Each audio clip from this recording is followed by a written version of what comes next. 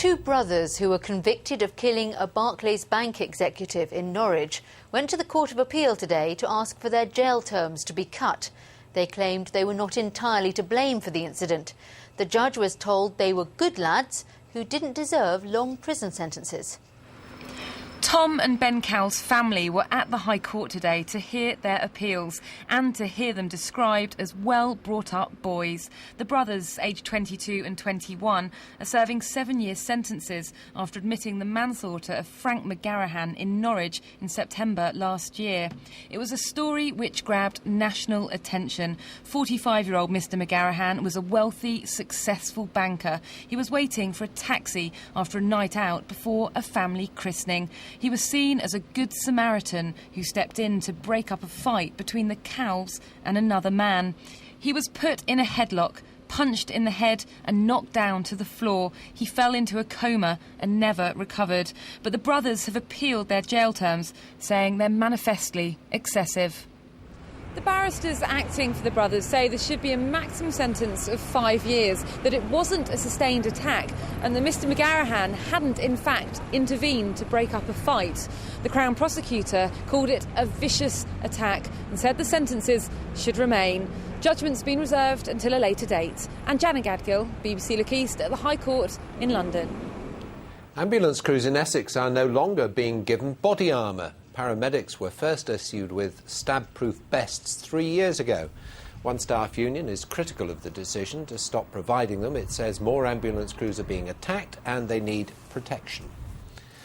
The man who will head the inquiry into leaked emails from a top research centre has been named. The publication of emails from the Climate Research Unit at the University of East Anglia has led to allegations that figures about global warming have been rigged. The inquiry will be headed by the former Vice-Chancellor of Glasgow University, Sir Muir Russell. Talks have been taking place today to help avoid 7 days of strikes by bus drivers in Essex in the run-up to Christmas. Hundreds of drivers with First Essex could walk out on the 17th of December. There have already been a number of one-day strikes in a dispute over pay. There's been another blow for the economy of Lowestoft. Nearly 200 jobs are at risk at the joinery firm Jeld Wen, which used to be one of the town's biggest employers. The news comes less than a week since the offshore engineering firm SLP called in administrators. Not many new houses going up at the moment, and it affects firms all the way down the supply chain, costing jobs and closing companies. The latest victim, this factory in Lowestoft, making windows and doors. Its American owner wants to close it with 194 job losses. Mick Harper has worked here for 31 years. We've got some people on site that have been employed here for 46 years, and therefore you can understand it's a gut-wrenching situation. The factory used to be run by Bolton and Paul, the Norwich joinery firm. 20 years ago, the Lowestoft site employed 600 people. If the closure goes ahead, Jeld Wen will transfer production to factories in Melton Mowbray and Sheffield. It added, "Our markets have been adversely affected by the construction industry downturn. We're looking for savings in our manufacturing processes." Well, we were very disappointed to hear that the closure had been announced for next year. And it'll be a body blow to our members and, of course, Lowestoft in general. This is the second blow to Lowestoft in a week. On Friday, the offshore engineer SLP called in administrators, putting 700 jobs at risk. A few months ago, the TV maker Sanyo closed. It's proving to be a tough year. Richard Bond, BBC Look East, Lowestoft. Police officers in Suffolk have cost the force thousands of pounds by using the wrong sort of fuel in their cars. Officers have put petrol into a diesel car, or vice versa, 60 times in 5 years. They've now put coloured fuel caps on their fleet. A park in Colchester has been recognised as the best in the country. Castle Park has won the title Britain's #1 open space. It beat off competition from parks in Oxford, Glasgow and Cardiff. The contest is staged each year by a lawnmower maker. Among their criteria are good design and maintenance. Now, how about this for a new home? It's made of wood, it's very cosy, and it's close to the world-famous Snape Maltings in Suffolk.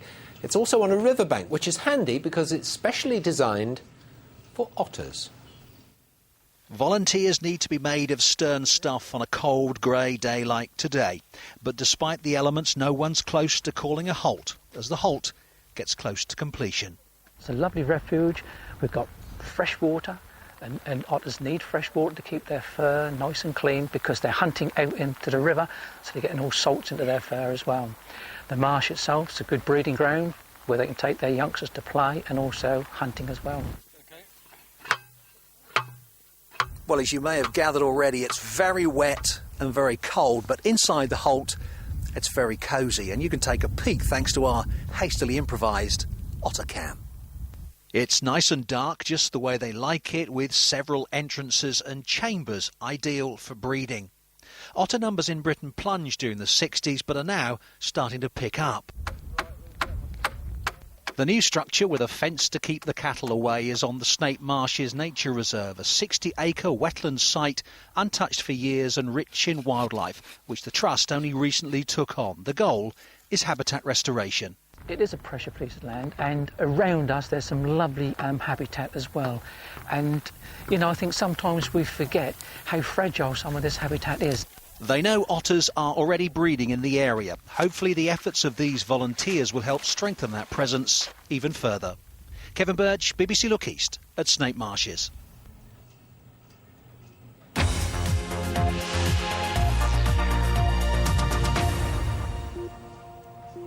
Next week, world leaders will be meeting in Copenhagen to discuss global warming. In this region, a lot of effort goes into persuading us to cycle or use public transport to get to work. Many planners point to a town in Sweden where 60% of people leave their car at home. Our political correspondent Andrew Sinclair has been to see if it could happen here.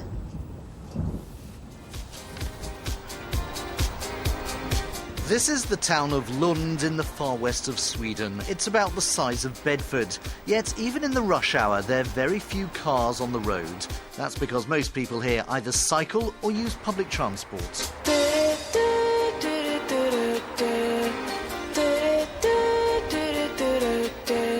Well, it's a quite kind of compact city, so you can bicycle to every part of the city quite easily. If you miss the bus, you're on time for the next one. They go every 10 minutes. There are 5,000 bike parking spaces in Lund, even a multi-storey bike park at the station.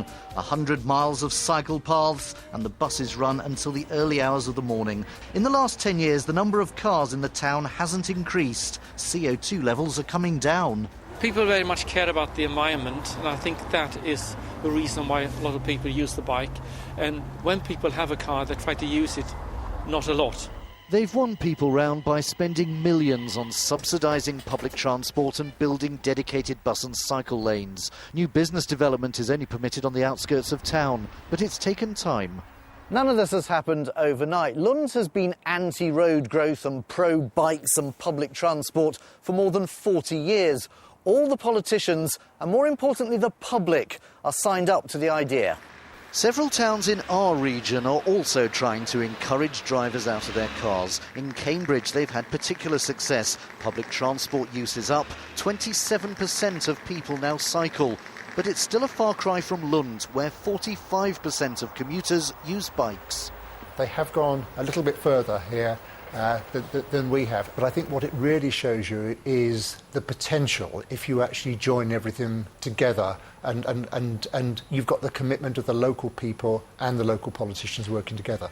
So here is proof that it can be done and the car needn't be king.